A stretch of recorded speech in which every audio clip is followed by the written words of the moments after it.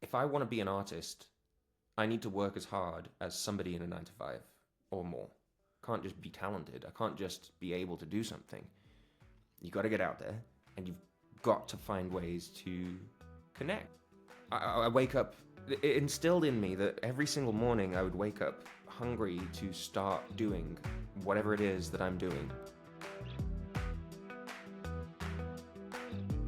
Welcome to Stories from a Room, a Sofar Sounds podcast where we explore the inspiring journeys of incredible artists we love and the stories that shape their music.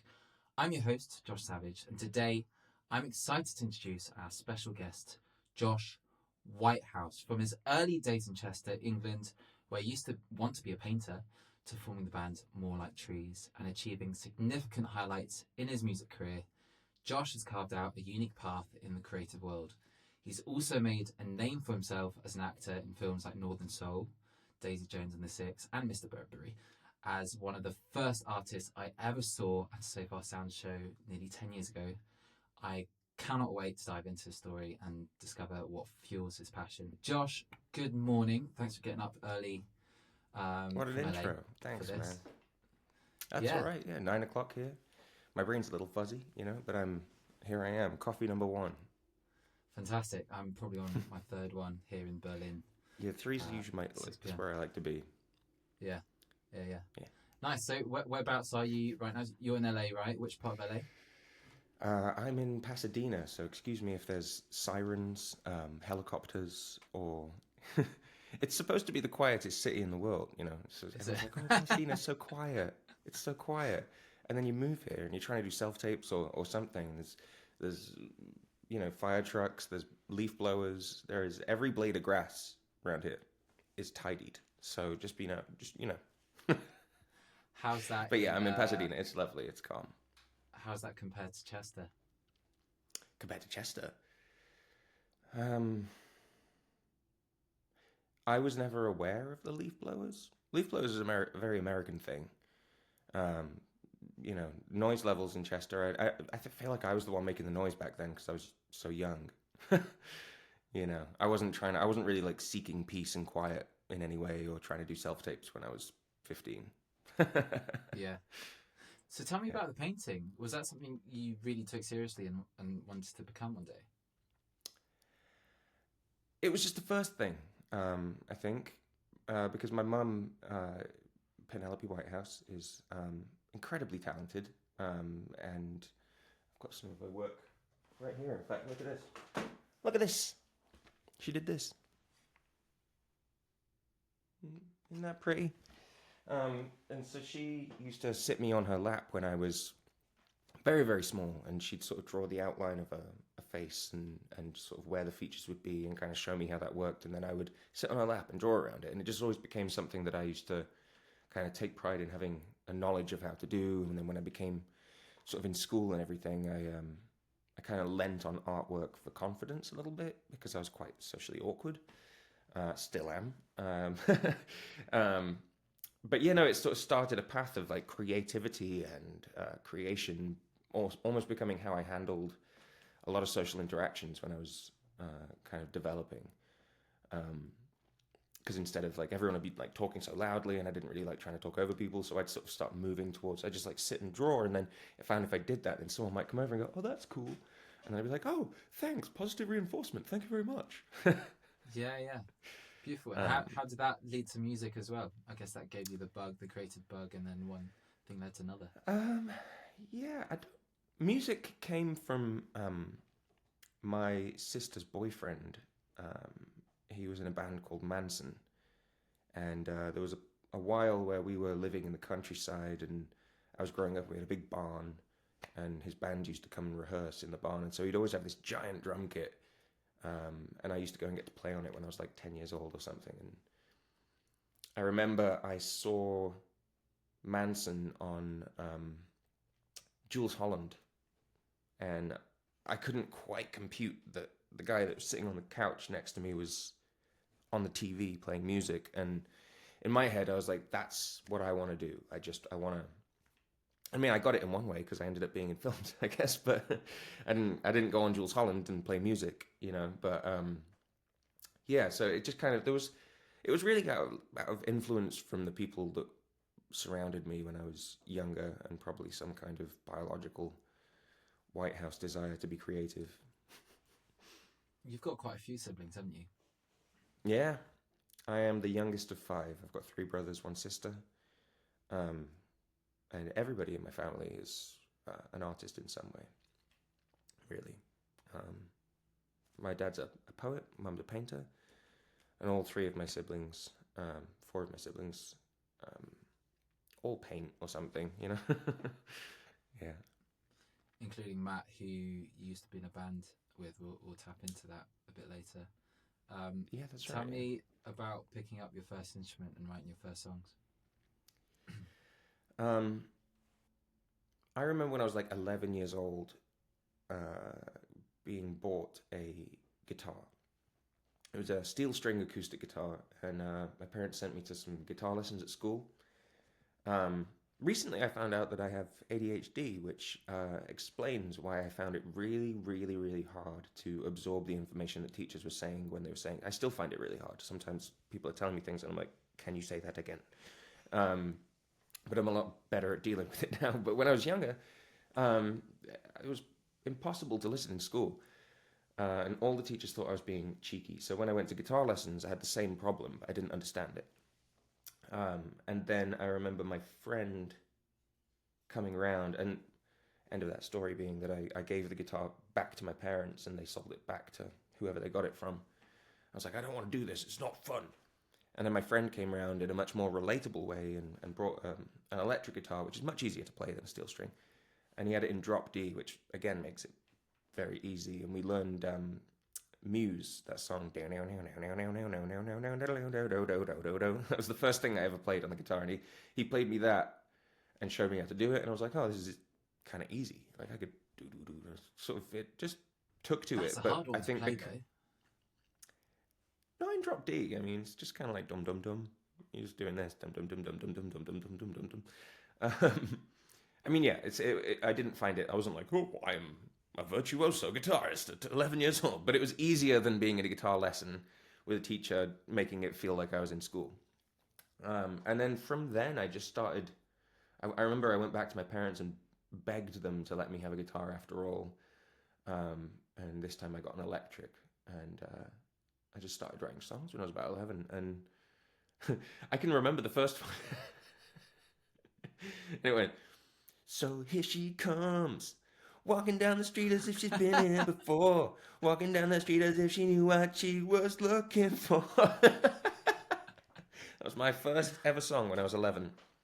I think I was going for And that kind of like punk, when's broke that one punk coming out, kind of. Josh? It's not. It'll never. It'll never exist anywhere except this podcast. So that's Beautiful, we fun. got an exclusive. Yeah. Don't think I've ever even really told anybody that. But that was the first thing I ever wrote, and then I just kept on trying. Um, yeah, and then I think when I was about 15, I met a guy called Francesco Gabriel Lazowski, which I always thought was an amazing name.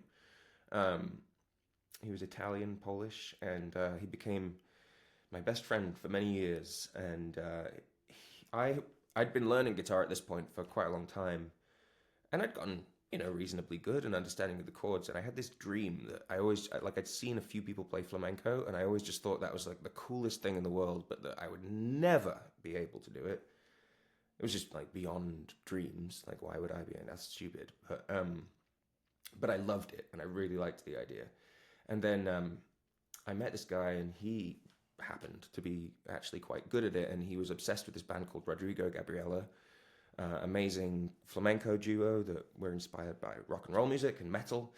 Um, and he started showing me how to play like a little bit of the strumming pattern that they were using, and that really kind of gave me a huge bug, because then we started trying to be a flamenco duo, and then I think we were doing that for probably about 6 years, and then I met Lachlan, and my Is this still brother in had. Chester, Josh? Sorry to No, interrupt. no, actually, good point. No, we Francesco was in Chester. We had a band called Fran and Josh, which kind of shaped my sound for the rest of everything. Um, and then I moved to London because my eldest brother said, "Oh, I didn't realize you could play guitar like that. Do you want to come and like try and get some gigs?" And so he was trying to help us to get gigs and get signed and everything. Moved us to London, and at first we were staying in his flat, um, and we were just like trying to get shows. Um, and my other brother, had started playing on the back of a guitar to do percussion. Matt, yeah. And so me and Fran were playing flamenco-y style guitar, and my brother was like banging along because he used to play on drum kits, but he didn't have one anymore, and he's always been a leg drummer. Um, and he'd always be doing drum solos on the table at lunch and everything. Very fast hands. And so he was playing on the back of a guitar, and then we suddenly found out there's an instrument called a cajon. And so he started practicing on that thing. Cajons are cool. It sounds like a whole drum kit, but it's just a wooden box. And I'm sure you know what one is, but I'll just say for anybody that doesn't. Um, yeah, and then we met this guy called Lachlan, and then me and Fran ended up breaking up as a band, and then we had this new group that was me, my brother, him on a cajon, and we had Lachlan, who was a double bass player. And I kind of wanted to keep doing the same sound, which was like this flamenco-y thing, like gypsy sort of. I don't know. I wanted to be like Gogol Bordello or like some raucous gypsy band. Always seemed really appealing to me. And somehow, just through experimenting and the flamenco strumming, and then my brother's very fast playing, we ended up on flamenco drum and bass, and it being kind of like Latin inspired fast rhythms where you want to make the audience dance as if they're at an electronic rave. Yeah, it was awesome. You called it drum and bass, right? Yeah. Or something like that. Love that. Drum and bass, yeah. It was a lot of fun. And there's so many more stories that kind of tie into that whole experience, but that is the bones of it. And what prompted the move to London? The move to London was literally I was about to say I met Tim. Tim's my eldest brother. We've got a 30-year gap between us, and so honestly, when I was in my teens, I barely ever saw him. It was he was kind of in his 20s and having his fun, and every now and then he'd come home, and I'd be like, "Oh, hi, Tim." And then one day when I was about 16, he saw me playing, and he was just like, "Oh, come to London." Yeah, and so he brought us to London, and for a while we were staying at his flat. Um, and then he started wanting to put more into it, and he ended up he was a teacher at the time, and he left his job as a teacher and took the money that he got from there, and he bought a ton of plasterboard and wood, and took us to an empty warehouse in the middle of winter. It was snowing. What year was this? I think it was like 2010. Okay. And he was like, "I've got this idea. Come on." And he took us to this warehouse that was empty. It was an old carpet factory or something. Um, and he'd found a way to rent it, and he wanted to build rooms inside of it and turn it into a creative space. And so we were like, okay, that sounds exciting, sure, and just kind of went along with it. It turned out to be such a wild experience, honestly, because I mean, we spent the first it was moved in December. Outside, it's snowing. It's freezing in there. There's not really any central heating. We were sleeping with those silver blankets, that they give you if you've had an accident.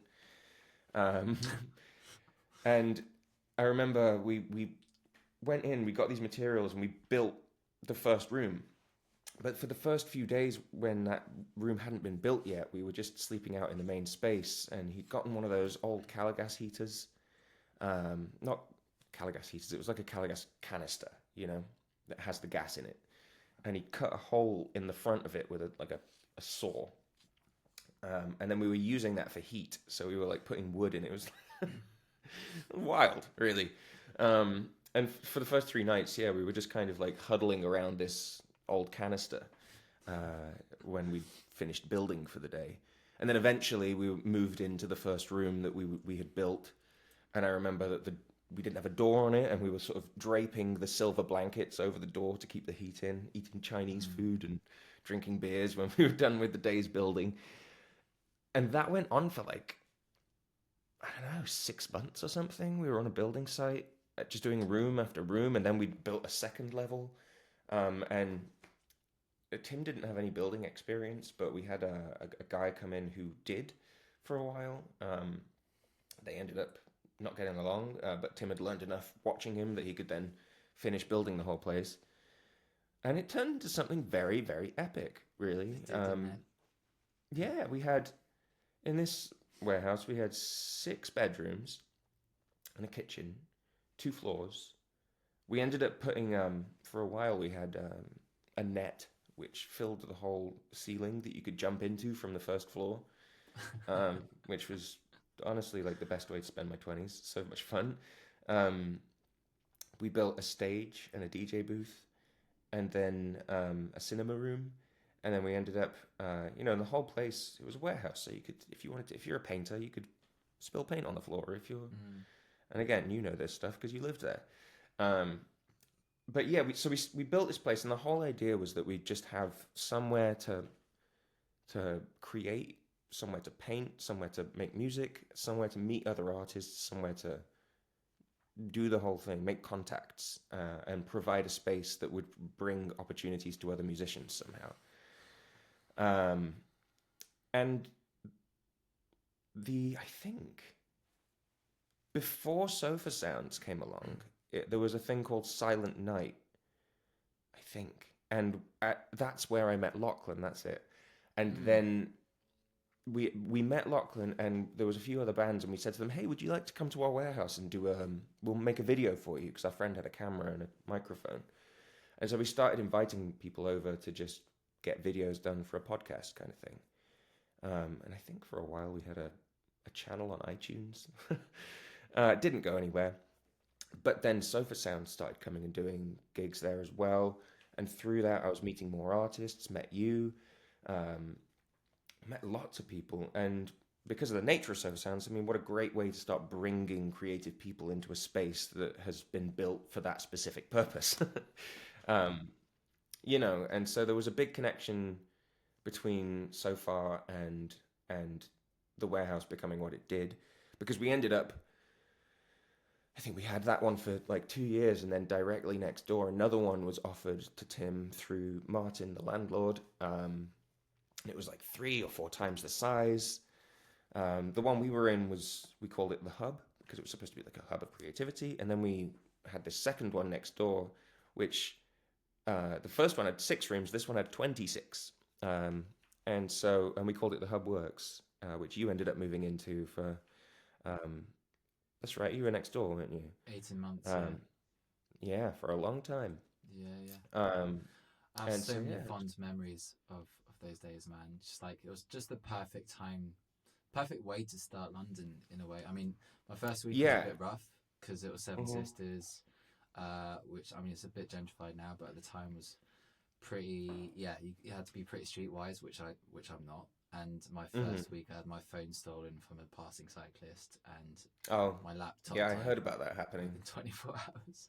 So I was completely like turned off from the world as soon as I Mhm. moved to London. But you know, it was like it was Where great. are you Just moving like from, by the way? I was couch surfing for 3 years. That was like my first time, like literally living Right.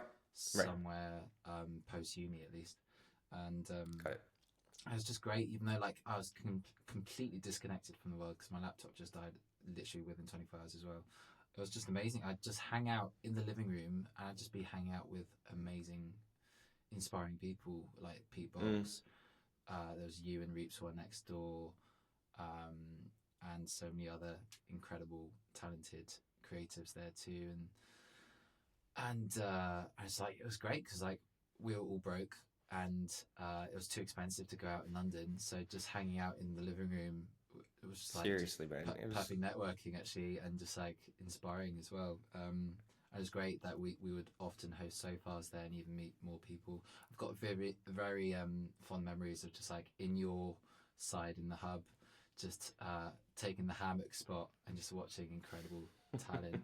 Because you also I had remember that. a grand piano as well, which was like sick. Yeah, So we did. There's this yeah, guy.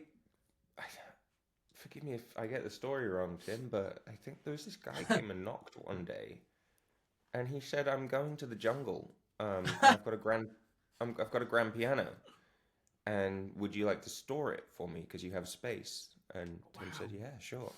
And so that No grand way. piano just came out of nowhere. And someone came and brought it round to our house, and then he went off to the jungle. And then once a year or once every 2 years, we'd get a knock on the door, and he'd be like, "Hey, it's so and so that owns the piano. Can I do you mind if I come in and just play it for a bit?" And we'd be like, "Of course." Yeah. And he'd come and play his piano, and then I don't know what he did after that. Go back to the jungle. Yeah, gosh. That was really And nice. A piano was a great addition. I loved yeah, having a piano. I miss it. I loved coming over and just playing that.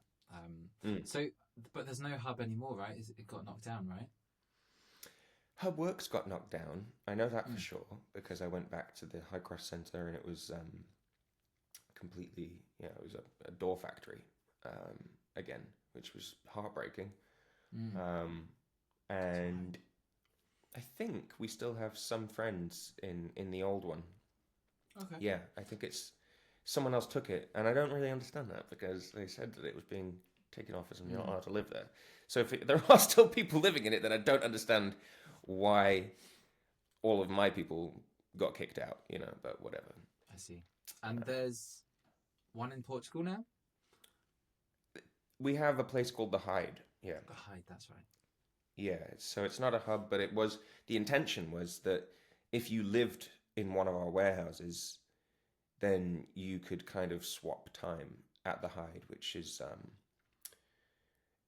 we found crazy investment really.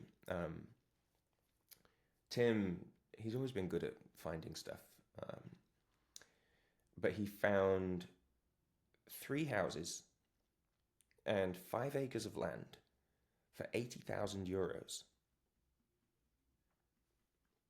And one of the houses is huge. It's a big property, it's really big. Um, and yeah, like a bunch of us like chipped in and got it like, I don't know, 5 or 6 years ago or something. Um, yeah, in the hopes that it would kind of become, it's actually kicking off now. It's starting to become yoga retreats. Obviously the connection between the hub and everything that can't exist, but yeah, we've got people out there at the moment doing yoga retreats and sort of taking care of the land and stuff, which is great. So can I um, go as an artist, as like a creative getaway? How would I yeah, go about doing that? you can go to the Hyde PT on Instagram, Okay. and you can just DM and find out what's going on there. Yeah, no, it's a lovely space, very cleansing and just kind of you're in the nature. It's in between, so you've got Lisbon and Porto, which are two very um, popular destinations, and it's about a 3 hour drive from both, and then you're in Cirta, which is a very small little village, really cheap wine, really cheap sandwiches and food. You can buy chickens. Yeah, it's great. It's great. Fab. And back to London, Mm, I'd love to learn more about your first Sofar Sounds show. Where was mm. it, and how was that for you? Was that like one of your first ever gigs? And how was that experience in general? If my memory serves correctly, um, You so I sound like an met old Reeps. man. Yeah, I am now. um, I met Reeps one, very talented beatboxer.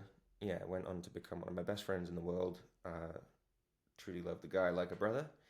I met him at, I believe, either Shambhala or Secret Garden Festival, about 6 o'clock in the morning on a Sunday. It turned out he lived around the corner from me, and so he ended up visiting the hub, and then he ended up moving in, which he, as a creative person, brought so much to the hub. And he introduced Sofar Sounds because he was good friends with Rafe. And so he was really the connection that brought me to Sofar Sounds. And my first ever show, I think it was with him, and I think we did a show at Ben Hopper, photographer. Um, he had a show at his apartment, and so I believe it was there. Or we did two before, maybe one. It's Oh, it was a long time ago now. Um, but I remember that Harry set it up and him introducing me to Ben and introducing me to Rafe. And I think my first one was at Ben's, yeah.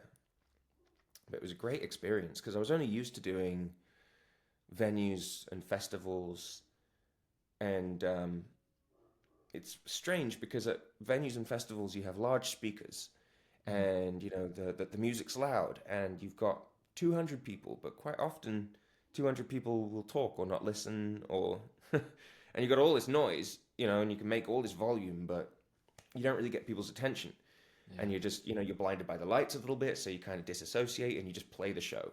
Um, but then doing Sofa Sounds was so much more nerve-wracking than I imagined because you're nude almost, you have no amps, no cables, no microphone, there's no lights blinding you, there's still 100 people, but all of them are just beady-eyed looking at you in the best way.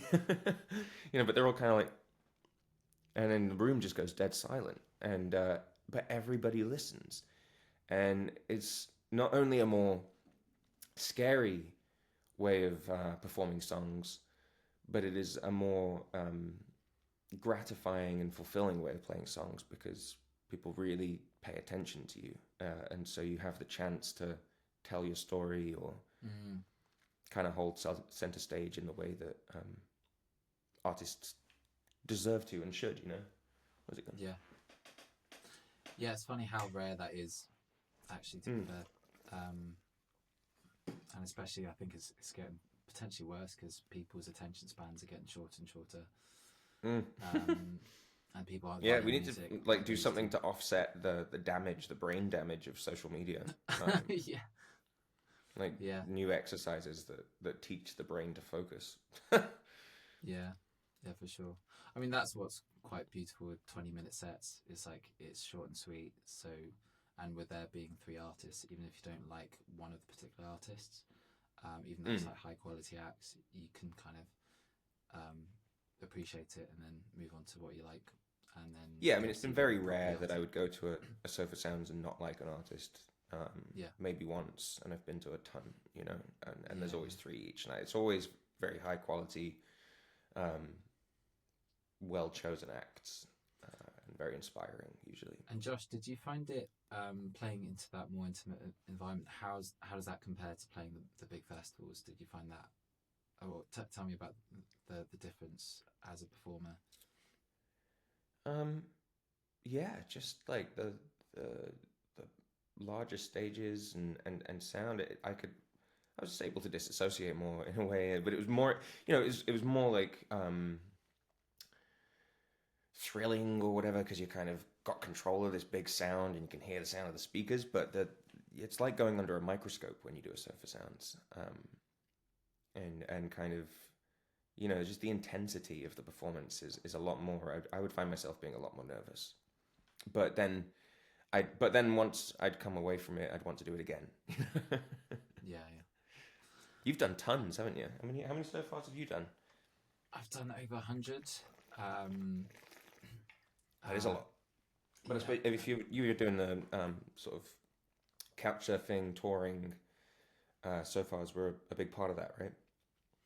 I mean, it was so instrumental for my career because, just like you said, it was just like the first time I felt heard as an artist, and for me, all I wanted to do was travel and see the world. And playing a Sofar show was a great way to have a free place to stay, have a receptive audience, and know that my songs would be heard, and that's how I got to the bigger stages through Sofar Sounds, and got to see so much of the world and had the most incredible time. And I think one of the, I mean, especially in 2024, considering how hard it is today, as an artist, one of the main reasons I haven't burned out is because, I mean, I come close, but it's just like the people you meet and the humanity of Sofar Sound shows just kind of kept me going, compared to the big ones. Like when I opened for Robbie Williams, like just like it was like a hit, you know, and then next day and then it's like suddenly taken away from you, and honestly it kind of messed me up a little bit. and with Sofar, I just feel like a family, which is Mm. quite awesome. Um, Well, it is. so yeah, Yeah. have you Yeah. have you been to any Sofar Sound shows in LA whilst you're out there, Yeah. or played them? Yeah. Yeah, I did actually Oh, years fantastic! ago. Yeah, I need to get back to it, but I've been in a funny place musically recently because I mean, I'll answer the question first, but yeah, I did like 6 years ago. There was it was actually very similar to the warehouse. It was over in the arts district, and there was a warehouse that looked just like where I used to live, kind of. Felt like it was on Fountain Road. um, and yeah, it was like stepping in a time portal to London, really. But yeah, there was a nice little spot. Very similar vibe, all attentive audience, 3 acts, and I played at that. But I think I've done two out here, and then maybe been to watch one, and I forget that it's happening. To be honest, because anywhere you are in the world, there's probably one around. Um, and so yeah, for a few years now, I haven't been. I've just been out here. But yeah, no, I've been kind of in a funny place musically recently because I think I've been mainly in America for about 6 years. Um, yeah, yeah, um, and it kind of passed over more specifically in 2020, um, when the pandemic happened because I was out here for Daisy Jones, and then we were supposed to start shooting in April of 2020. And we were in band camp and we were doing like we were learning the songs, getting ready to go, and then the pandemic hit, and I'd already put money down for my accommodation, so and I have a relationship out here, and I was like, well, don't know how long this is going to last, so I'm going to stay here. I've got a visa, I could be here. Expecting the show to come back any time, and then it ended up obviously being 2 years, in which time we were still preparing for the show a lot, um, which was great for the other actors because some of them didn't actually play their instruments, so they had 2 years to learn how to play the guitar or the piano, which is crazy. Yeah, and then 2 years later we did the show, and then that finished, and then I kind of in that time. Oh, that's right. In that time, the hub got shut down, and I was told that we all had to move out, and that basically my whole world in London was being destroyed. um, and so yeah, it was very jarring for me because you know, the hub had meant a lot to me, and to a lot of people. But having put kind of blood, sweat, and tears into building it with my brothers, it especially meant a lot to me. And to not be there when everybody else was saying bye to it. I remember coming back and everybody that I knew had gone. Not everybody that I knew, but most of the people that I knew had gone, and it was just a completely different situation, and it kind of weirded me out.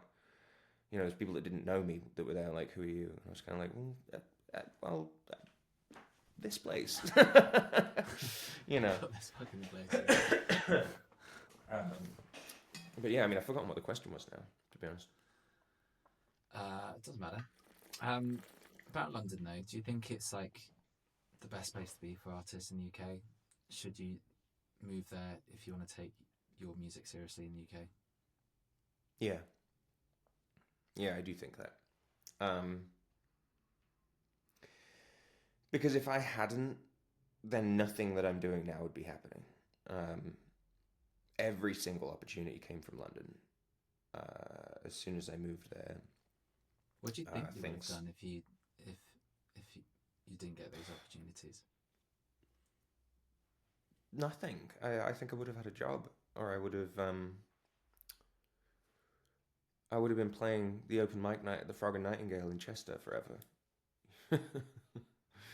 or at Alexander's. No shade. I like both bars. I think the Frog actually changed to something else. Alexander's is cool though. Went back for the first time in years, and the guy at the bar was like, "Hey, Josh," gave me a pint. I was like, "Cool." Uh, it wasn't wasted. But yeah, no, it just the small town concept really didn't do much for me. and I desperately wanted to get out to more opportunity and be able to play more than three bars. And most small towns and cities, there's only so many places you can play. Obviously, I think there's a huge music scene in Manchester, Liverpool, um, and I never went to those places to live, but I did go play there. Um, I don't know, man. There's just something different about London. Um, as is, I believe New York's like that. I want to say LA's like that, but it's not. It's dead at the moment. Just that, as an actor, you'd move out here to kind of to have the same sort of opportunities because it's the city of acting and theater and not theater but theatrical. Um, but the pandemic and the streaming wars and the strike and all the things that have happened have kind of really everyone disappeared and That's still going. what's Well, that? actually, let's tap into the acting. So, uh, let's delve into the footsteps into the acting world. How did that come to be? Um, we were doing a gig for Jack Will's varsity polo match. Was that more like Um, trees? yeah, more like Yeah. trees. My brother Tim, who was managing us at the time, he got us a show with Jack Wills, Tim and Chris. Um, and I was playing, and then this woman Bex came up to me afterwards with a clipboard. I don't know why I always include that. Every time I tell this story, I'm like, she had a clipboard. Why is that? Who cares? But she did. She came over with a clipboard and was asking. I think she was taking down names, and she scouted me to go to an audition for a modeling job for Jack Wills. Um, and prior to this, I'd done like little bits of modeling here and there, and absolutely hated it. So I was kind of like, I didn't like how sort of static and vain it made me feel and kind of like posy. I don't know, I just don't like posing for a camera and kind of just doesn't really feel good. Um, but this audition I went to was so different from that, and it was with a guy called Paul Sado was our movement coach for the audition, and we had Elaine Constantine, who was the director of my first movie. She was because she's a huge fashion photographer. She works for The Face a lot and all kinds of fantastic big brands. I'm not going to start naming brands, but she was doing this shoot and she was asking the models that had come in to scream at the camera, to dance like nobody was looking. They'd have us do things like they'd give us all a tennis ball and say, throw it up in the air and catch as many times as you can and then catch it. And if you drop it, just focus on getting the ball back. Or I had to like kiss a girl, fight a guy, dance, this, that. And that was just like so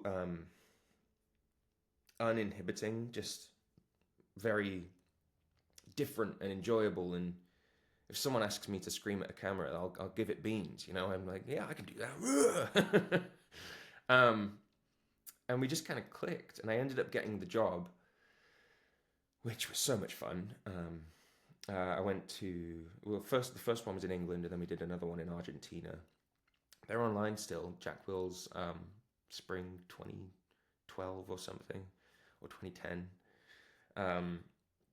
And after we'd finished these two shoots, I remember I was having such a laugh with Elaine on the shoots because I kept on doing accents and I kept on. She's very northern and she was talking like this all the time, going, "Oh, you stupid bastard!" And so I would kind of start riffing in this accent with her, and I've lost it quite a lot now. But I was from the north, so we just kind of connected in that way. And I think to some extent, while we were doing that, and I was doing all these voices, I was kind of taking on the character of Matt from Northern Soul without knowing it. And she was seeing it, and she said to me years later that there was this time when she started testing me a little bit on the set, and she'd say, "Hey, love, there's some of the models over there. They need I need you to just go and entertain them for a minute. Can you go and do that?" And so I'd go and I jumped on like a bunch of hay bales, grabbed a guitar and just started singing a song and being like, "Oi, oi, look over here." And they paid attention. And she said that she was watching me do that after she just said, "Go entertain people." And she was like, if I could bottle that somehow. um, that's what she was thinking apparently. So then after that, she said, "Are you interested in learning to dance? Because I've had this film I've been trying to get made for 15 years, and I'm teaching kids to dance. It's about Northern soul music and in the 70s. And if you like, you could learn to dance and come maybe be an extra in my movie." I was like, "All right, cool, yeah, definitely," because I loved the experience of both of those shoots. All I wanted was, it didn't even like make a ton of money off it or anything, but it was more than I'd ever made because I was on the dole. I was some benefits, and I was scraping by as an artist, getting £300 for a show. The petrol was always 100, and so we were splitting £200 between the three of us, and maybe doing that once a week, and scraping to pay rent, and it was all, yeah, it was kind of as hard as it can be, really, with all that. And I don't know what would have happened if this had not happened in my story. Um, and And so how she did you invited me feel to come about and the learn to. dancing, Josh? The dancing was incredibly hard, and I definitely could not do it at first. I was a big lanky fool. It's very sort of small, specific footwork, which I'm going to do with my fingers, look like this. And when I was doing it, it was like this. I was really like overdoing it, and it was very hard, and I couldn't get my head around it. And I also, I sort of alluded earlier to the whole like social phobia thing, and um, stepping into a community-driven class like that, there was like 50 to 100 dancers, some of whom were doing backflips and the splits. And the Northern Soul dancing style is not just the footwork. You're doing high kicks, splits, spins, a little bit of breakdance type stuff. Very, very difficult things. And so it was very intimidating, and I didn't feel like I was very good. But I just knew that I'd had a lot of fun working with Elaine, and I would do anything to get any kind of work like that again. Um, so I just gave it everything I had. And I remember I was going to these dance classes, and because I was, dedicating a lot of my time to learning to dance, and I was basically just doing like occasional gigs, but mainly on benefits. And I was running out of money, couldn't pay my rent, and I would turn up to dance class, and on my way back, I'd be like, "Oh, you got a quid," because I need to get the bus to get home. So I'd actually have to borrow money to get home off people, which is wild, really. Um, it's crazy. I got through it, really. I remember I was eating potatoes and pasta all the time, and getting really fit from dancing. And then after 2 years, well, let's say after 1 year of learning to dance, because it went on for 2 years before we made the movie. After 1 year of learning to dance, um, she kind of took me aside one day at one of the dance classes and was like, "Do you want to? What do you think about acting? Do you think you could do it?" I was like, "Yeah, of course I could." And inside, I'm like, what? But I always just played it like I had the balls to do anything in the world with her, which in some level I did, but always inside I had so much self doubt, and I was bluffing. I was absolutely just bluffing and saying yes I can, because I felt like that's what I should say, but also really wanted it to work. Um, and so then she started saying, "All right, well, I've got this script. Have a look at this character. What do you think of him?" And it was one of the leads. And I obviously said I loved it, but there was no confirmation that I would be doing it. And she started sending me to. I saw a guy called Orlando Seal, who helped me out and let me come along to some of his acting classes, and he would have me over to his house. And um, there was Katie Coogan I saw as well. We did a class with her. Claire Garvey, who was in the movie as Betty. And all these people who just kind of came forward and had me round to learn acting a little bit with them and experiment and see what I could do. And I do believe Elaine told me that in some cases, she was getting feedback that there was no way I could lead a film. um, but she still really believed in me. And one day she said, "All right, what we're going to do is we're going to have a screen test for you. And I want you to put costume on. I'm going to bring in some actors. and we're going to play out a scene. I'm going to shoot it from every angle like we would in a movie, and then I'm going to edit it together, and you're going to fucking kill it. You're going to get it right, okay? And I was like, yes, miss. Yes, ma'am. I will. Okay. And so we did it, and something clicked on that day, and it just worked. And I think that was right before we started filming, and she last minute managed to convince her producers and everybody that I would not destroy the movie. Because obviously, with no training whatsoever, apart from this one experience, rightly so, people were a little bit nervous, I think, that I didn't have the experience to do what she wanted me to do.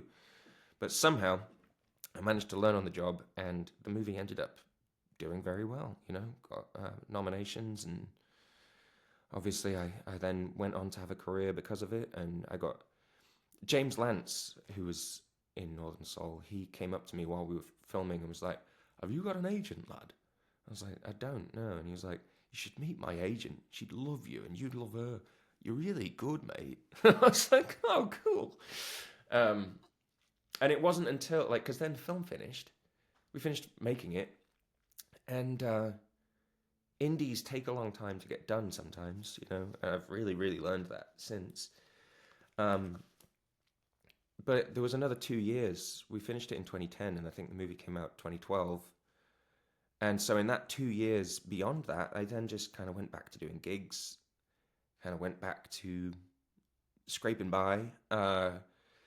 And I actually started working in Elaine's office for a while, doing teas and coffees. I started looking after her kid, babysitting. And then eventually the movie was ready. And I took James up on his offer of introducing me to his agent. And Elaine took me to the offices of United, and I met Lucia and Kirk, who are like mama papa to me now. And Elaine showed them clips from the movie, and yeah, I signed with United. And then about 2 weeks later, signed with Todd Diener, my manager. And then about a week after that, I signed with Josh Lieberman at CAA, who's one of the biggest agents in the world. It's crazy. And I built a team out at CAA. And yeah, then from then on, start getting auditions and being like, ah! Yeah, Because things I'd really only ever played. cascaded, didn't they? Yeah. Yeah, and then about a week after that, I got Mr. Burberry, and I was Yeah. working with Steve McQueen on this gigantic worldwide campaign that was, mind-boggling. Oh my God. I'm getting And it all just kind of flashbacks. happened it didn't happen like that because it was the movie finished, and then there was 2 years where I was like, what's gonna happen? What's gonna happen? Is my life gonna change? I've just had this amazing experience that has made me unbelievably hungry to be back on a set again. And then as soon as it came out and I got the agents, everything just kind of clicked. Then it was, very, very wild experience. And it kind of led me down a path of realizing that I needed to be able to play more than one character, that I might need to learn an American accent, which was incredibly hard and intimidating, and that I might need to I kind of just started taking auditions as my opportunities to practice new characters, and they were my acting class, really, auditions. And so for a long time, I probably did a really bad job, and then I started landing a few things. Yeah. I remember when you landed Mr. Burberry, I think I just moved in next door. All right, And yeah, that was mad. yeah, I think you were telling me about how you had to get in shape in like just a month or something like that. Mm. And Yeah, and to be how honest, manic it as was. someone who hadn't been really training that much, I mean, I'd done the Northern Soul thing, and since that, I'd developed more of a relationship to fitness. But I still, I'm trying to do now, 10 years later, of still always trying to learn about fitness and how to do it correctly. I'm still trying to do it correctly and just feeling like I'm getting the hang of it. So I'm very surprised looking back on the Mr. Burberry video that I looked as in shape as I did. You looked Because they sent great. me to a trainer, and I worked with this guy called Diego, and he was great. Um, but yeah, I mean, I only did like 3 or 4 training sessions with him, very intense, but it wouldn't really, I thought, have been enough to change Anyway, I was pretty skinny, I guess, in my 20s is the moral of the story. Mm, Yeah. yeah. I loved how just I travel all over for my tours, and you'd be at every bloody airport, Josh, on the Burberry posters, and it's just so funny how me and the housemates every time we saw you would just like take a selfie and we'd share that on Dude, Facebook. It was that was a hilarious. weird experience as well. The selfies of friends around the world, like getting a random insight to where people I know are.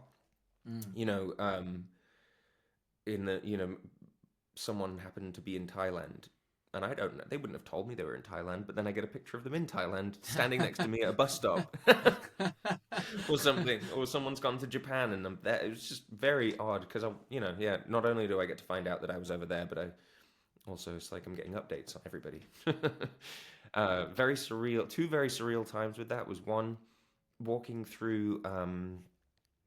It's like Piccadilly Circus Station or something, and the entire inside of the tube, all along the underground, was just the same picture of me on just bam, bam, bam, bam, bam, bam, all the way down the escalators, on the platform. I was just getting off the train being like, and then like, can anybody see me? Is this like really blatant and on top? And am I Yeah. safe? What's going on? Um, really, really surreal and freaky. And then the other one was there was a time at Heathrow that it was every single poster, and I remember standing on the upper level, and everybody's waiting, and the screens with all of the times for when the trains are happening. Yeah, just very, very, very bizarre, Would any monumental passers-by thing. would any passers-by make the connection between that was you No, on the wall? No, really. no, no. But once I couldn't resist because someone was at the Burberry stand in the perfume department, and they said, "Hi, sir, would you like to try this?" And I was just like, "That's me."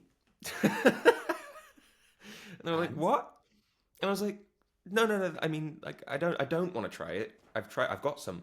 I've got 20 cases got of that it. perfume. Because that's see that picture that you're standing next to of the perfume that you're advertising." And they were like, "Yeah." I was like, That's me." And they were like, "No, it's not." And I was like, "Yeah, it is." And they're like, "Okay, then let's see your tattoo." And I was like, it's right here." And they're like, "Oh, cool. Can I get a picture?" Oh wow. Yeah, and that was the only time. That was the only time. No one. I guess no one would ever really. I was a nobody really. I'd done Northern Soul. Why would anybody recognize me? I don't think people really put two and two together if there's just a picture of some random guy. Mm. Even if that picture's everywhere, they're never going to be like, "Oh, that's going to be this guy right here." Yeah, yeah. Even if they look alike. But yeah, that one time I just couldn't resist. Do you Very now funny. today get recognised quite a lot through all your successes with the movies and stuff? Yeah, more. But it's never been much, which I kind of appreciate because I think in some ways, it's a very insecure industry, the artistic industry. So it's a mixed blessing, isn't it? If you're getting recognized, there's a part of me where it's like I don't ever really want to lose my anonymity. I like being able to enjoy restaurants and the world and stuff. And I think if I wouldn't want to be someone that can't go outside. I think that's so wild. And there's a lot of people that can't. They get mobbed. And so that's never been my aim. But I've always said that, even when acting hadn't come into it and I'd never done anything high profile, I was always focused on having fans and trying to gain an audience because I always thought, well, if I'm a painter, no one's going to buy your painting if they don't know who you are. So you've got to get your name out, and you need to have a following of some kind, or you're going to starve. um, and the same attitude went for music, and so now the same attitude goes for acting. But it's that funny balance, isn't it, where you don't, you're trying not to be so in the eye of the media. Like I'm not the kind of guy who's going to be paying publications to get spotted somewhere because I need to stay. I'm not hungry to stay in the public eye. I quite like my privacy, but I do want to be successful. Josh, what's your relationship like with social media? Oh, I mean, up and down. My relationship with social media, I think it's really bad in many ways.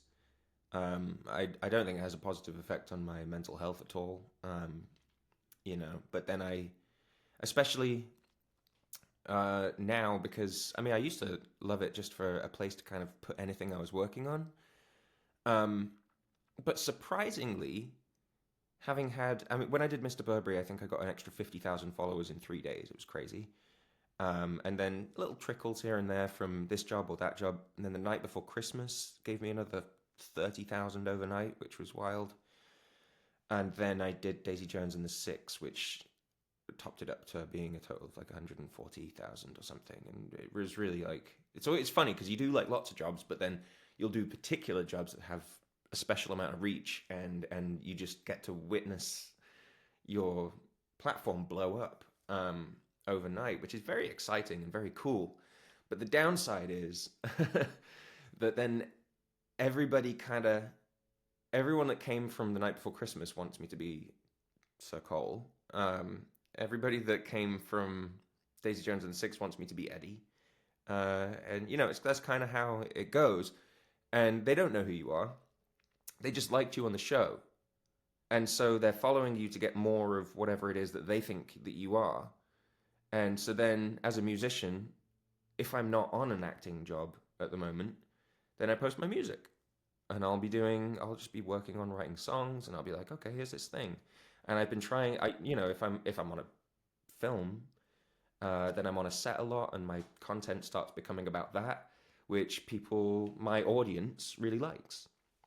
But I'll find sometimes I'll share, and I think it's been slowly because I've been focusing on putting music out quite consistently. But for many years, I got scared of sharing my music because I felt like I'd lose followers, and I literally would. I'd share something and I'd lose like 2,000 or something over a music post, and it's because people were kind of wanting, I don't know, me to be posy, or I don't know what they wanted exactly, and that was the mystery, and it started to really bother me. But then I ended up just being like, you know what, I can't care.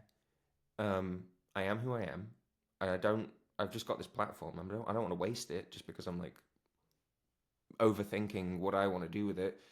And so I'm just going to be, and whatever inspires me or whatever I'm feeling like doing, I'm just going to do. And I'll start sharing little clips each day of something that I've written that morning, and so I've started doing that. And I think, I sometimes I'll look at my statistics, and it's like I've lost 1,000 but gained 800, and so there's a lot going out all the time, but the number stays the same. But because I'm like kind of new people are coming in who are now seeing me as a musician, or the people who didn't want the music, they're just going to go and they can get lost. It doesn't matter. So I've stopped caring really. I don't feel any desire or need to keep my number high anymore. But for a while I did, and it was a bit unhealthy. I think it can be quite damaging. Yeah, the right people are sticking around for the right reasons now, and Yeah. that's the priority, isn't it? Yeah, like it'd be nice if the audience was an audience that are like, oh, we're familiar that he makes music, but also like sometimes he does films. So I don't know. Anyway, I've been getting a better relationship to it recently, but I just remember I think it was when the Burberry thing happened, and suddenly there was another 40,000 followers or something. That was the first time, and that was 10 years ago when I was kind of like, oh, I don't know what to post anymore. Yeah, It's I love interesting, that, kind of. Josh. How throughout your journey, and it's been amazing watching you grow from strength to strength. Just how you've stayed yourself and authentic to you, which I think is incredibly hard as well sometimes because, like you said, you can get carried away and feel like you have to post something or be like this Right. in this certain way. What are your best tips for staying grounded? Like, how do you do it? How do you stay grounded through everything that you go through? I mean, I don't be a nice person. Is like I remember when I was a teenager and I was going to London to do music from Chester, and my friends there would say to me, "Don't ever change. Don't forget the little people." What? And so it's like why would I do that? To me, it would be harder to be an arrogant, egotistical, rude person than to feel like I need to force staying grounded because I just think that is kind of who I am, you know. And I think other people struggle because other people are rude or like I'm very sensitive to stuff like that though. So it's I don't think I will change. You know, watch me become a egomaniac, horrible person in 50 years, and this clip comes back and like, look at how much he's done. No, I don't think that'll happen. It's never really like I've never really felt like that's a concern for me. But I guess in terms of like advice,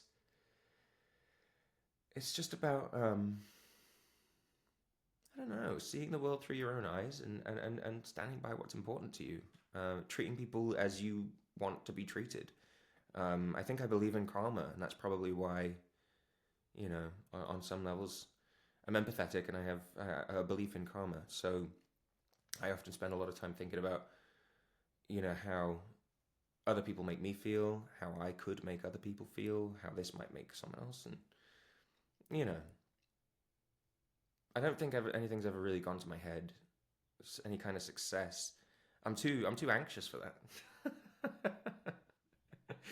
How do you have an anxiety disorder? That'll keep you humble. Yeah, there I you think go. as artists, we all have that anyway, especially Right. fighting self doubt on a regular basis. Yeah. Um, No, there's a lot of it.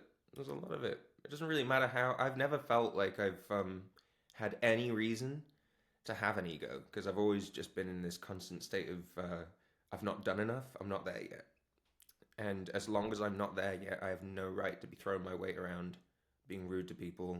And I don't know how people who do have a lot of success can be like that because so many people change. So many people, uh, you know, I've worked with them.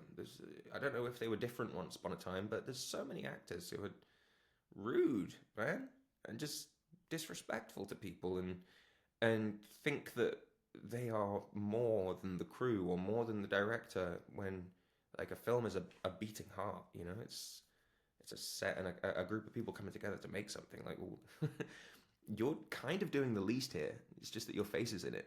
The crew, like on Daisy Jones, I'd be turning up to sets that were enormous, that looked like they were in the 70s. And you got so many people, so many moving parts. And all I do is turn up and walk through the scene and say my lines. Like, a lot more work on everybody else's part in many ways, you know? Um, and that's just how I've always viewed it. And I think it's very rude if if you're a big-headed actor.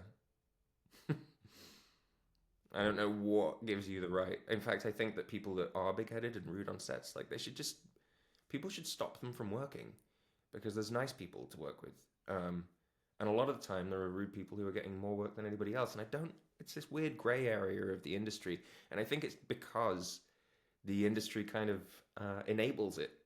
Because you'll have these people who have clout online and have a lot of followers, and because of that, they are enabled into kind of getting away with anything on sets, and people just go, "Oh, but it's them." So, and I don't really think that's right. I think it just feeds them believing that they can do that, and it makes a toxic industry. yeah, it doesn't tend to last either, in my experience at least. Right. With people. Yeah, I could see that. Let's tap back into the music. So, how do you still find balance with all these weird and wonderful things that you're creating and doing with the acting and the music? Are you still painting? And also, would love to know more about your music also being in the films that you're working in as well. Oh, yeah, cool, man. Thanks for all these nice questions. Of course. I was like, what am I going to talk about? And then you've got all these That's lovely all right, questions got that I you. know what to say. um, um, so the question was music and Balance between acting, yeah, music, balance, and painting. balance. That's the first one. I mean, I think a lot of it. I don't know if I'd call it balance, or I would, but it's just kind of like obsessive, compulsive creation. Um, think I mentioned I got diagnosed with ADHD, which again makes a lot of things make sense to me. Um, because most of ADHD is starting something and then being really, really invested in it and then thinking, oh, I've not drunk water in 3 hours, and then going to the tap to get a glass of water and on the way getting inspired to do something else, and then forgetting that you were doing the thing that you've been focusing on all morning and then starting something else and then doing that really obsessively until like you have to go to the toilet, and then you go to the toilet, then you suddenly get distracted, and then you're doing something else. And that's kind of how it goes, really. Um, it's a wonder and a miracle that I have made every meeting that I've made. Sometimes I've missed them, but it's very rare. I like to be very punctual and I like to stay on time for things, but it's a miracle that I get things done to completion because of how easy it is to get distracted and kind of tail off into doing something else. But I always do kind of manage to complete everything. Um, but yeah, that's kind of some of the energy behind a lot of what I do, and I think these days painting is kind of taking a backseat. Um, I've got some paintings in the garage that I've been kind of doing. Um, I've been working on a sculpture of a head. Uh, I spent 4 years learning 3D animation from 2020 through to 2024. Um, but I'm taking a little break from that.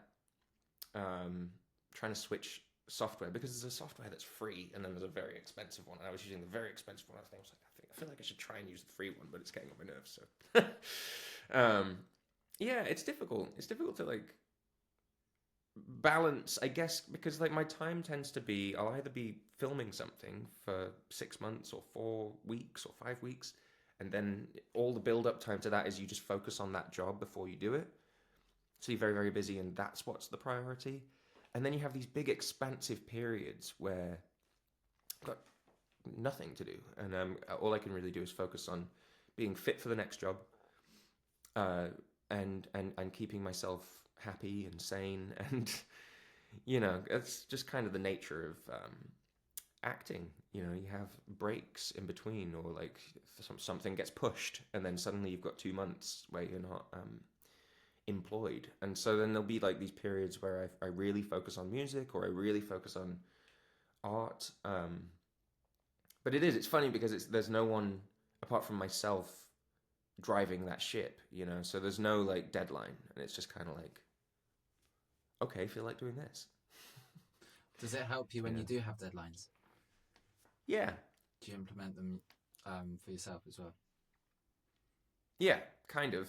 Maybe not for music though, because I generally don't need to implement it, because if I get an idea, I'll start recording it, and then I'll start to enjoy recording it, and then I'll get obsessed until it's finished, and then I don't have satisfaction until I've heard like something that feels finished to me, and that'll even include like bouncing the song down and then taking it to my car, listening to it, and then different speakers. I can hear something that's wrong, and then I'll go back in, do another mix, and then go back to the car, listen to it again, and it's just like this little dance I do, kind of thing. But yeah, I don't have a label, I don't have a publishing deal or anything like that. So I write all this music in my downtime, and it's really just kind of for my own pleasure at the moment.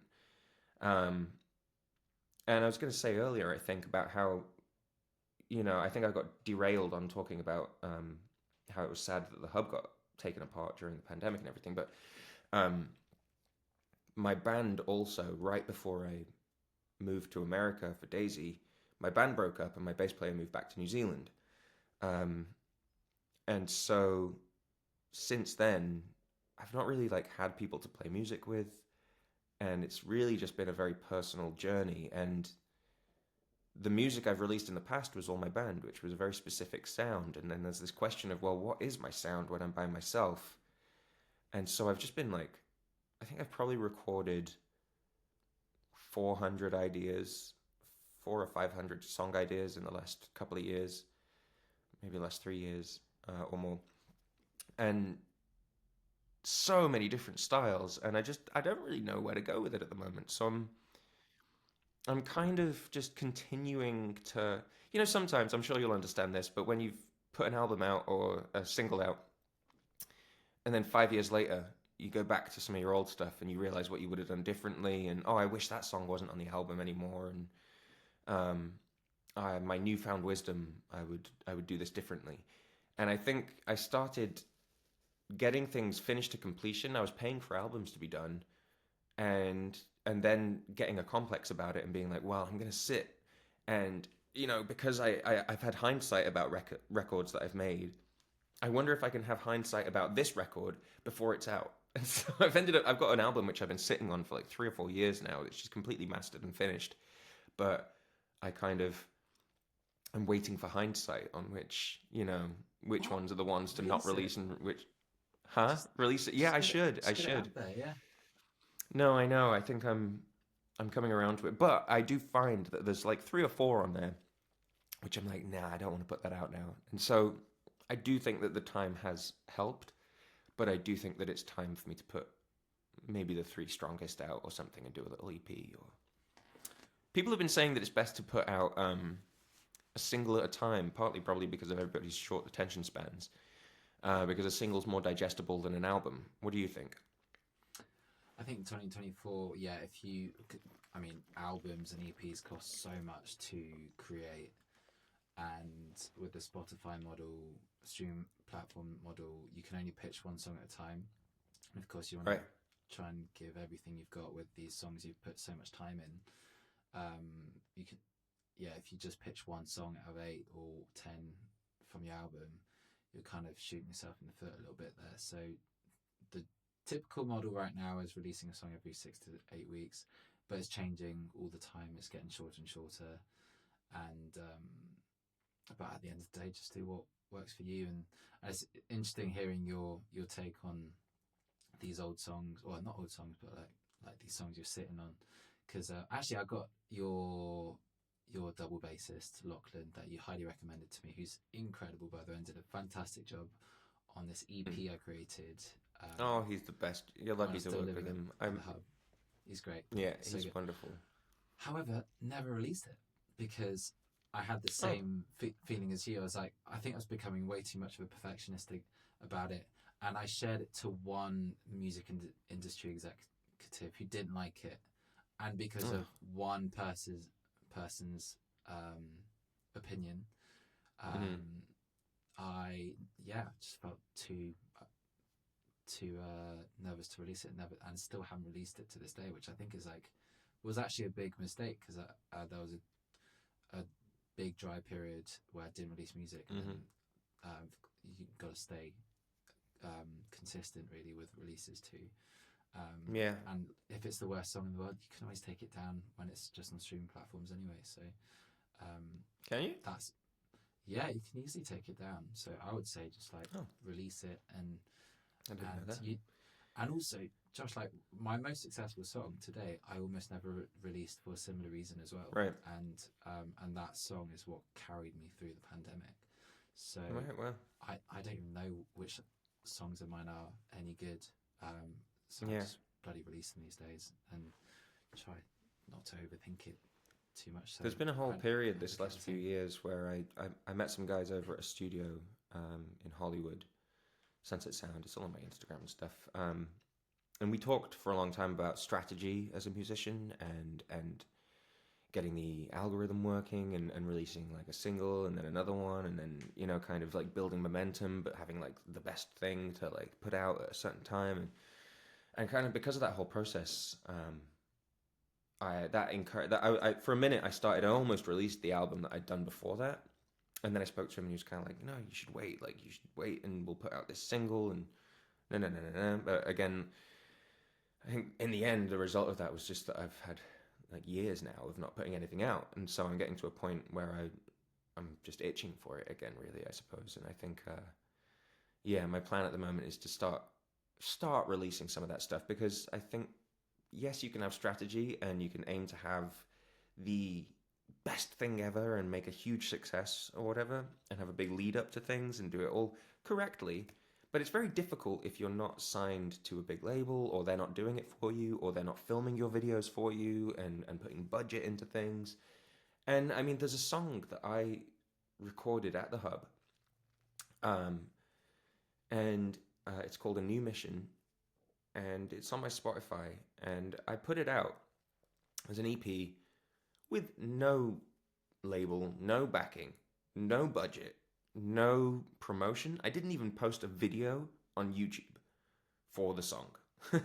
I didn't barely even post about it, and that song has had nearly 2 million plays. One of the songs off the EP has had nearly 2 million plays, and it's just because it went on a playlist. Like somebody, thank you, whoever did that, but someone put it on a playlist, and I don't know how it got there. I don't know how they found it. But it just shows, really. And I wonder, like, if I had released that album, how many of those songs might have got picked up and put on something that I didn't expect. And so I think that, there is like a discussion between the value of just putting things out and just being consistent and just remaining creative and not worrying too much about strategy, which in some ways for me is the better way to do it, because I think touring might be hard for me.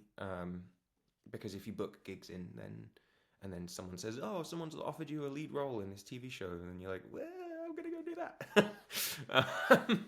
And that's been one of my biggest dilemmas as an artist, really, for the last 10 years, has been, if I book an acting gig, then that's going to ruin the tour, or that's going to ruin the thing. And so it basically meant that I stopped accepting gigs and stopped trying to push that, stopped thinking about shows, and now I'm trying to turn that back around in a way. Oh, great to hear. Tricky. Yeah, I want to. And also, my bass player, Lucky, has moved back to London. Has he? For the foreseeable. Wow. Yeah, he's back, which means if I go back to London, that Matt and Lachlan are both there, which means More Like Trees can exist again. You can get drum and bass. Because really, the main reason that we broke up was because Lachlan went back to New Zealand.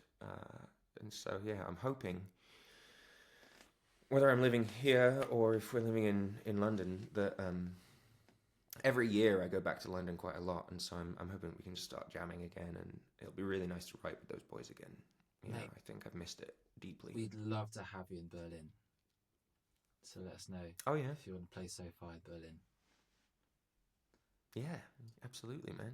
There's definitely I want to go back and rekindle the musical times. Maybe get a couple of gigs in.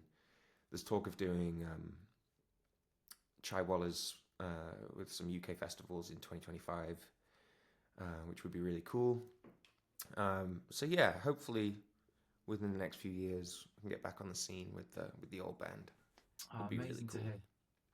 And definitely it'd be cool to do some Sofars. Oh, that'd be awesome, man. You're like so far OG. It'll be so freaking cool to get you and More Like Trees back.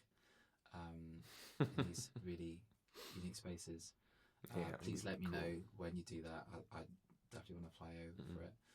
And so tell me about the music in the film, because what an amazing segue from just still being able to combine both, especially on the same project.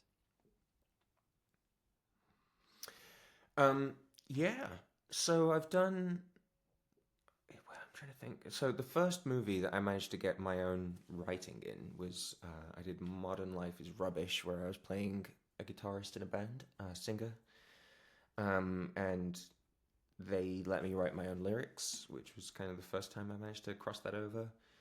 Then in The Night Before Christmas on set, I kind of took one of my old songs that it wasn't really a song, but sometimes I used to, if I was doing an audition, because I wasn't trained, and I'd try all sorts of things to get into character. Sometimes I'd start writing songs as the character for the person that was in the film with me or whatever. And I did this one for The Little Mermaid, because I was auditioning to be Prince Eric, and I wrote a song as Prince Eric about this lady with wobbly feet. And then when I was doing The Night Before Christmas, I was listening to that song, and I was like, I wonder if I could change the lyrics so that it's from Sir Cole's perspective about Brooke.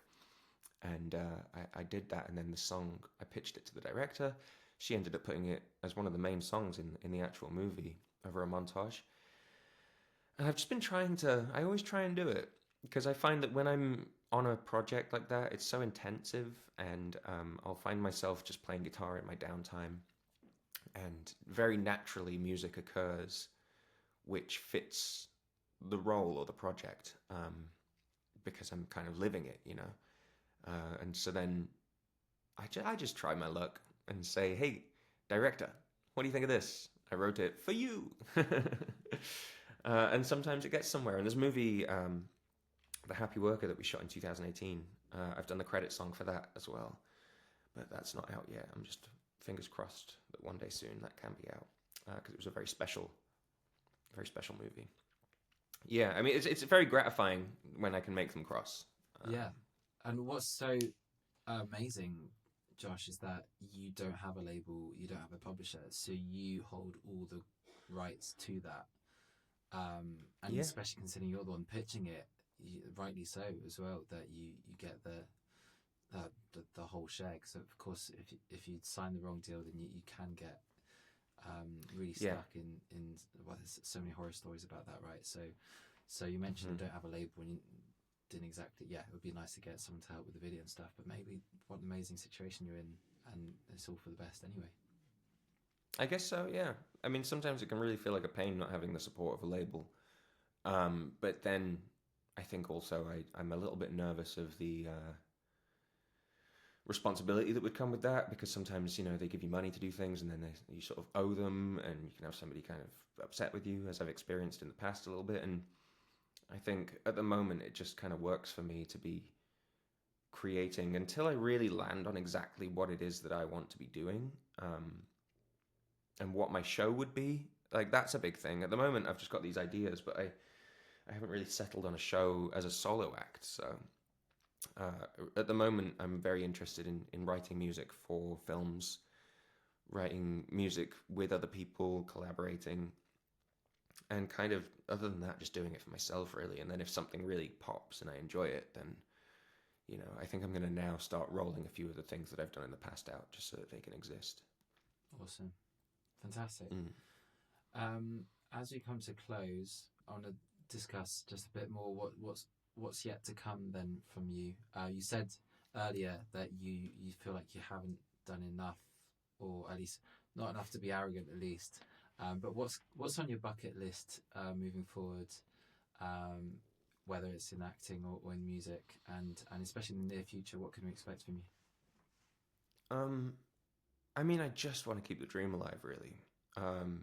And I think the pandemic and the last few years has been very damaging to a lot of people in many ways. And I'm very lucky in that there's been a couple of indie projects that have come through for me that just, I've had a few offers, I think probably off the back of Daisy Jones. And there's a few opportunities that have opened up for me next year. And I'm really excited that I just get the opportunity to keep acting and being creative, because it really means, the world to me. And honestly, to be, all I've always said is to be able to buy my groceries, pay my rent, pay my bills, petrol, have a car, a normal life, is all I want. I just want to be able to not panic about my grocery bill like I used to. I don't want to have to ask bus fare ever again. And for me, somehow through acting, I found a door into a world where I can sometimes get jobs that allow me to do that and live like that and just be okay. And so that's really all my aim is to keep that going, and not have to take a different path, because that allows me to make music. It allows me to do the things I'm interested in, and kind of just live a normal life, really. I think I want to keep making movies. I'd like to land some TV shows. That's not normal, though. Huh? That's not normal. No, it's not.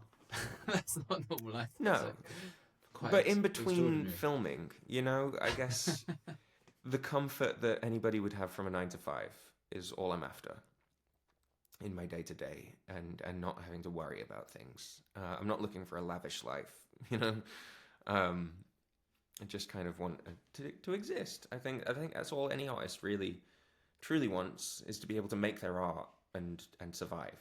And so that's all that's ever really been important to me.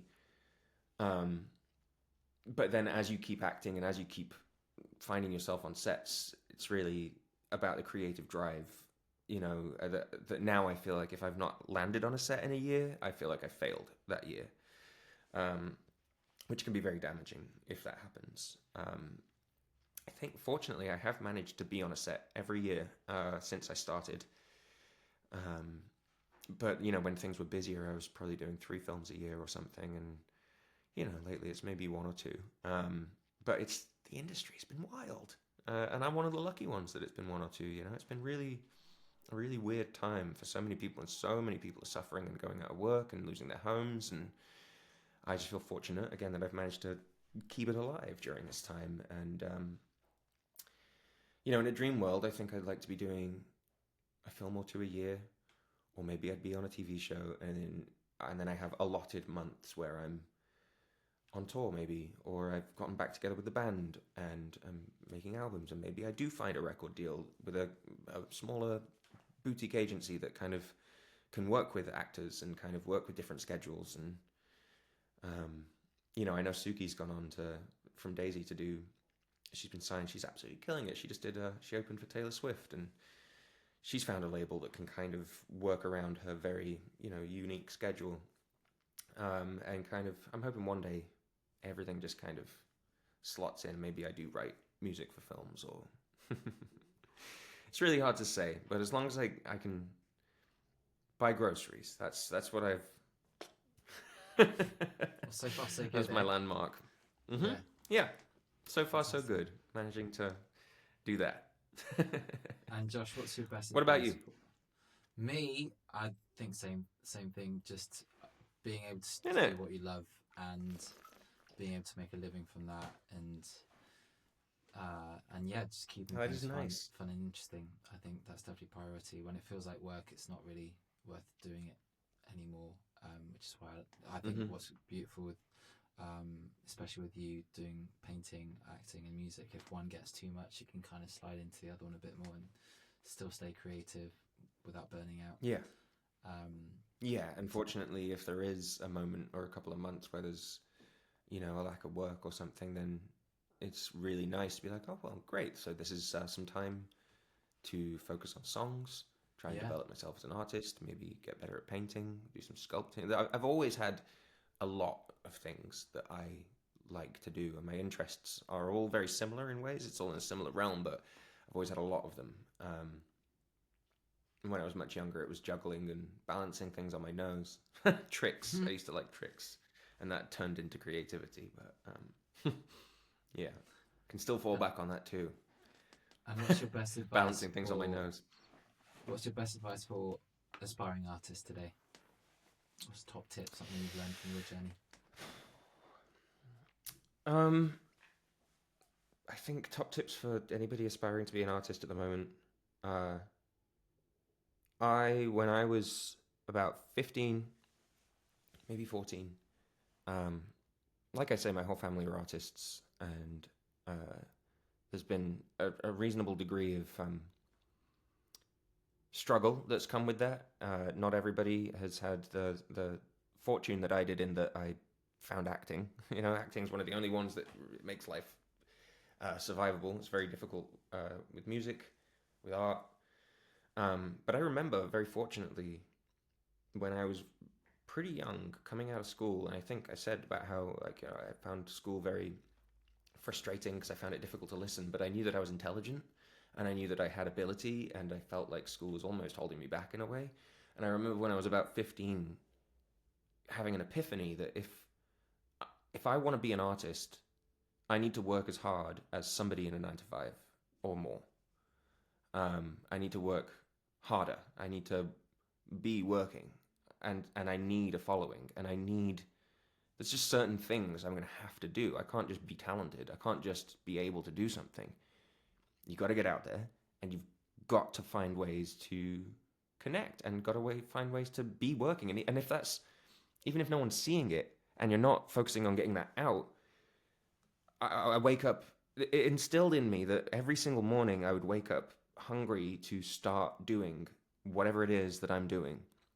And if there's a sculpture, then I would wake up and roll out of bed, grab my coffee, and sit at the sculpture and want to work on it, because there's a burning desire to feed the life that I'm looking for.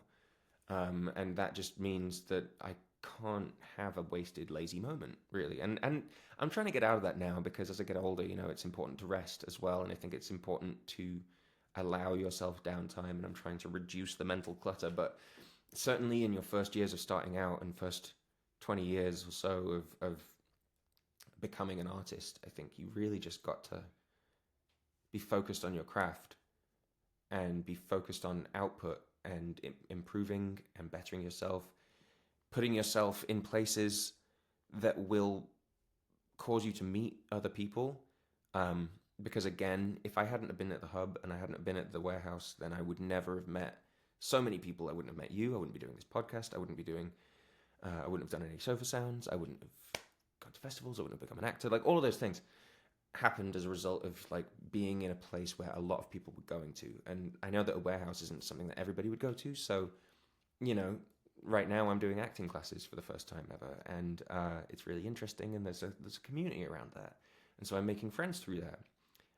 And I think if you're a painter, then maybe you could go to some painting classes and make friends in an art world, or maybe you could, as a writer, join like there are communities, and so I think it's important to have that as well, because it's all about who you know, as much as it is about being talented or having ideas. And having drive. You can have all the drive in the world, but if you don't bump into anybody, again, like I was playing a gig with my band, I got scouted, happened to then meet Elaine, who changed my entire course. And it was only because I was out doing music, in fact. That, it might be that your path is not what you think it is.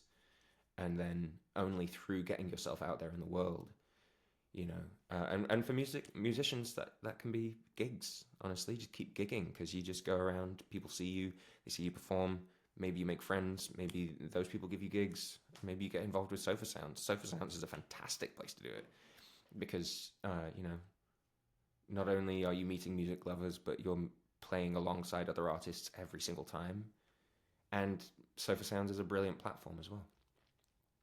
Yeah. Yeah, So that's my advice. If you're a musician, get involved with Sofar Sounds. There you go. I love how you just don't have to.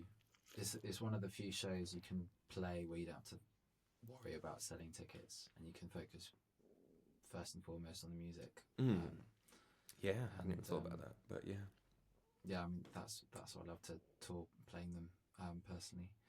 And do you have any weird and wonderful stories from playing a Sofar Sounds show, or just touring in general, or even on set, that you'd like to share? Weird and wonderful stories. I always struggle with that one, because I feel like it's something that I'd have to like delve deep into the mind for. I can't think of weird and wonderful stories. I mean, there's a billion. Life on set is always a strange and unusual bubble, where you just kind of get lost in the creativity of things. But right now, no, not one's not jumping out at me. Okay, never mind.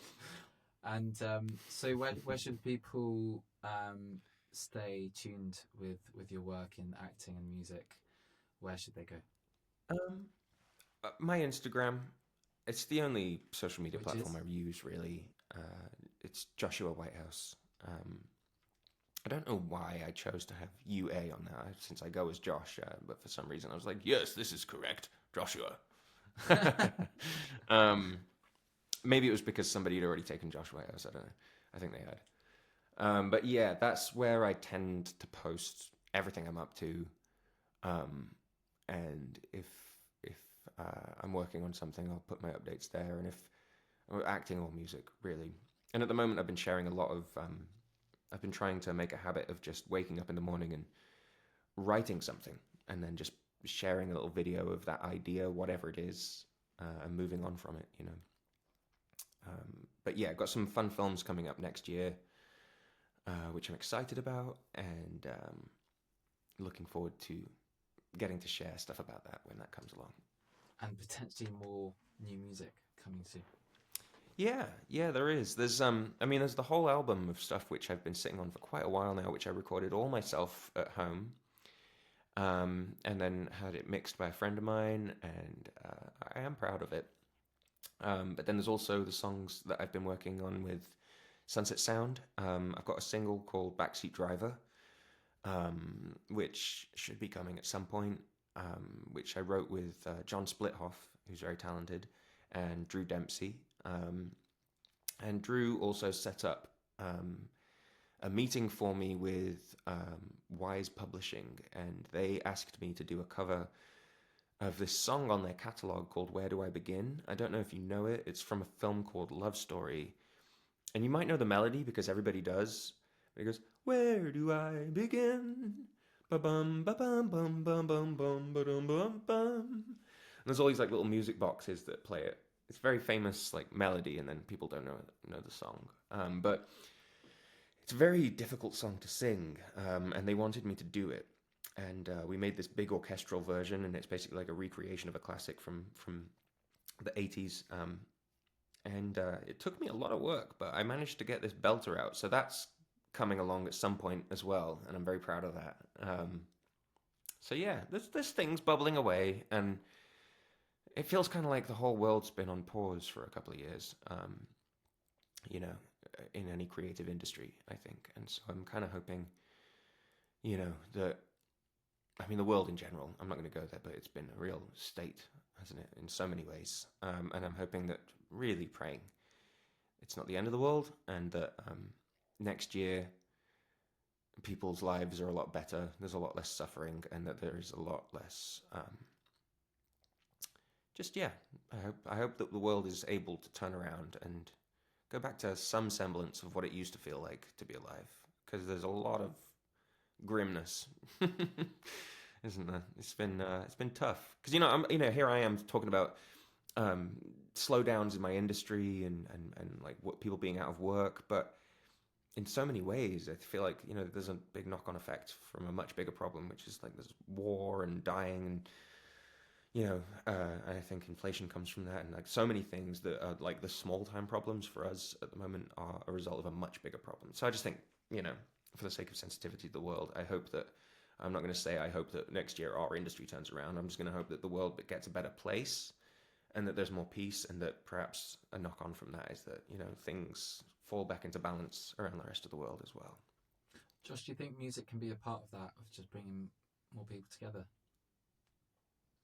Absolutely, yeah, that's what music's for, really, isn't it? And if so, does that inspire you to write something related to that as well?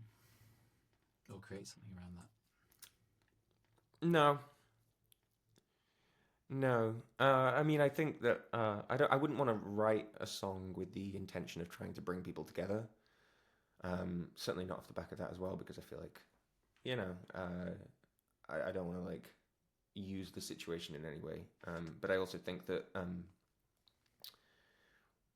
I think if you're writing music correctly, you're writing it for yourself. And if you're writing music for yourself and enjoying it, then there is a chance that somebody else in the world will also enjoy it.